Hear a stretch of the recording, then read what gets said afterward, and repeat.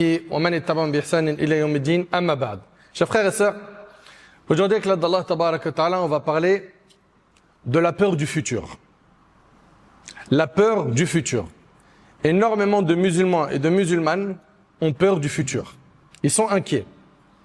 Inquiets au vu de la situation à l'échelle internationale. Certains parlent d'une troisième guerre mondiale. Certains commencent à se poser des questions. Mais est-ce que ça va nous toucher là où on se trouve, etc., etc. Et donc, la peur s'est installée dans les cœurs, que ce soit au niveau de la sécurité. D'autres ont peur pour leur subsistance. Est-ce que je vais me marier? Est-ce que je vais réussir à travailler, à faire de l'argent? Est-ce que j'aurai un logement? Est-ce que demain je pourrai nourrir mes enfants? La situation devient complexe dans énormément de pays et la peur, la crainte s'est emparée de plus d'un cœur. Le riche craint pour ses biens et son commerce. Celui qui a des revenus modestes et celui qui n'a pas du tout d'argent sont toujours là en train de se comparer à celui qui en a beaucoup. Et ils sont inquiets. Est-ce que demain je vais manger? Est-ce que je vais nourrir ma famille ou pas? Et subhanallah, nombreux sont ceux et celles qui se sont énormément attachés à ce bas monde de par ses peurs. Ils se sont trop attachés à cette dunya. L'attachement au monde augmente de jour en jour et cela engendre une crainte, une grande crainte de l'avenir inconnu. Surtout aujourd'hui, avec l'expansion des guerres, les troubles économiques et l'instabilité mondiale. Quant aux croyants, et c'est pour ça qu'il faut toujours, subhanallah, regarder les choses à la lumière du Coran et de la Sunna, mes chers frères et sœurs. C'est hyper important. Le croyant, lui, il s'oriente à travers les enseignements du livre d'Allah. Et la sunna du prophète sallallahu alayhi wa sallam. De cette manière, il rassure son cœur. Ses peurs disparaissent. Il est apaisé intérieurement. Il vit la tranquillité et la quiétude, car il voit tout à la lumière du livre d'Allah et la sunna du prophète alayhi salatu wa sallam.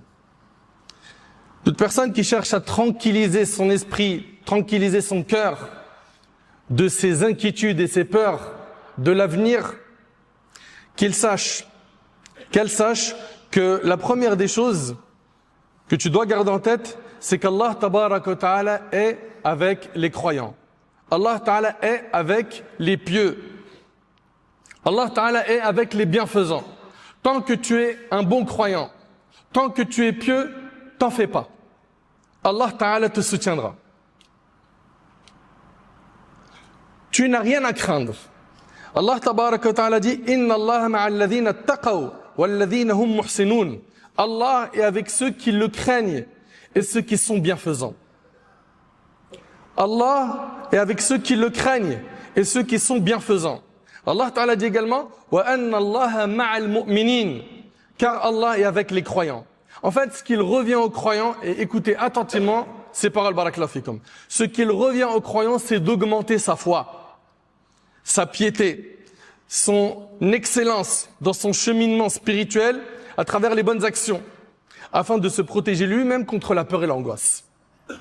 Tu veux que cette peur, elle disparaisse? Augmente ta foi. Augmente ta piété. Rapproche-toi plus d'Allah. Plus tu vas te rapprocher d'Allah, plus tu auras son soutien. Plus tu auras l'apaisement intérieur. Tu ne craindras rien. Il n'y a qu'à voir le prophète alayhi salatu wassalam qui est notre modèle. Subhanallah, quand il était dans la grotte de Thawr, Abu Bakr radiallahu anhu, il lui dit s'ils font un pas de plus, ils vont nous voir. Mais le prophète sallallahu alayhi wa sallam, il est serein. Et il lui rappelle qu'ils ne sont pas seuls. Allah est avec eux. Et les prophètes étaient sereins quand Moussa alayhi salam, il se retrouve devant la mer et l'armée de Pharaon est derrière. Et il leur dit quoi?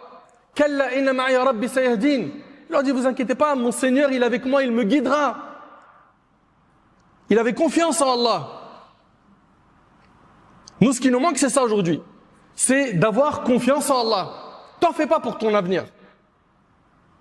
Allah Ta'ala a déjà décrété les termes de vie de chacun d'entre nous. Allah Ta'ala a décrété la subsistance de chacun d'entre nous. Tu ne quitteras pas cette terre avant de consommer, avant d'avoir eu accès à toute la subsistance qu'Allah t'avait destinée. Place ta confiance en Allah, augmente ta foi.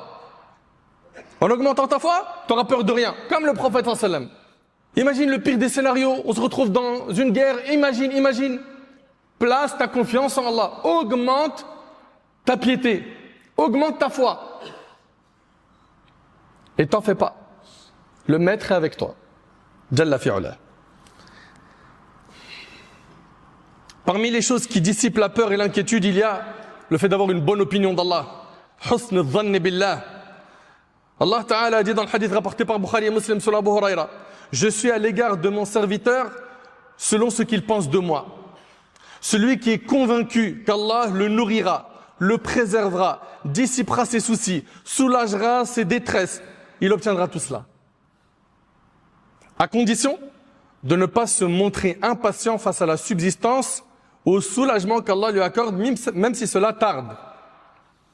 Lorsque le prophète Ibrahim alayhi salam, il a laissé notre mère Hajar alayhi salam dans le désert, avec Ismaïl, ce bébé, subhanallah, dans le désert, dans un endroit où il n'y a pas d'habitation, dans un endroit où il n'y a rien à manger, rien à boire. Qu'est-ce qu'elle lui a dit? Il les a laissés dans le désert et il est reparti. Et elle lui a dit, est-ce que Allah t'a ordonné cela? Est-ce que Allah t'a demandé de nous laisser dans cet endroit désertique? Il lui a dit oui. Sa réponse, elle lui a dit, Allah ne nous abandonnera jamais. Ça, c'est avoir une bonne opinion d'Allah. Allah ne t'abandonnera pas. C'est une femme. Elle est dans le désert avec un bébé. À partir du moment où elle a su qu'Allah Ta'ala avait ordonné à Ibrahim de les laisser dans le désert, elle lui a dit, tu peux y aller. Allah ne nous abandonnera pas. Et Allah fait jaillir dans cet endroit-là la source de Zamzam. N'est-ce pas? Et énormément de biens a touché notre mère Hajar. Son fils Ismaïl est devenu prophète, qui d'ailleurs de sa descendance est né le meilleur des prophètes, Muhammad ibn Abdullah alayhi salatu wassalam. Elle a une bonne opinion d'Allah. Soyons l'image de notre mère Hajar. Soyons l'image de Hajar alayhi salam. Parmi les choses qui dissipent la peur et l'angoisse, on a dit augmenter sa foi, augmenter sa piété, on a dit qu'il fallait avoir une bonne opinion d'Allah. Également, le fait de solliciter l'aide d'Allah. Tous les jours, dans nos prières, on dit « Iyyaka na'budu wa iyyaka nasta'in ». C'est toi seul que nous adorons et toi seul dont nous implorons le secours. Tous les jours, tu répètes ça. Et le prophète sallallahu alayhi wa sallam a dit « Veille à ce qui t'est utile. Sollicite l'aide d'Allah et ne capitule pas. Demande l'aide d'Allah. » Le hadith est rapporté par un musulman. Et dans le hadith de Tirmidhi, il a dit à Ibn Abbas « Wa idha sta'anta fasta'in billah » Lorsque tu sollicites de l'aide, quand tu cherches le soutien, le secours, cherche-le auprès d'Allah. Parmi les choses qui dissipent la peur et l'angoisse, se remémorer la générosité d'Allah et sa miséricorde envers ses serviteurs. Subhanallah, on lui désobéit. Certains tournent le dos aux enseignements du dîn. Et malgré cela, Allah les nourrit tous. Il les maintient en bonne santé et patiente face aux offenses qu'il lui adresse. Le prophète sallallahu alayhi wa sallam a dit, personne ou rien n'est plus patient à l'écoute de ce qui lui déplaît qu'Allah. Il lui attribue un enfant et lui, il leur accorde la santé et assure leur subsistance rapportée par Bukhari et Muslim.